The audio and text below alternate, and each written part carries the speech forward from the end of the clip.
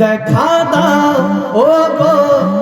গো নবীজি তোমারি দিদারে আশায় মোরাছি কারণ দু চোখ জুড়ে দেখবো পয়গম্বর নারায়ে তাকবীর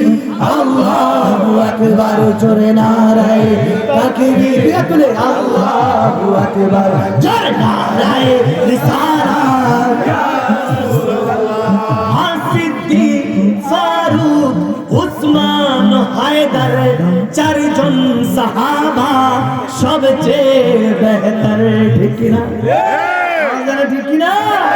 সিদ্দিক ফারুক উসমান হায়দার চারজন সাহাবা সবচেয়ে বেহতর কারণ তাদের দিলে আছে আল্লাহর পয়গম্বর সবাই নারায়ে তাকবীর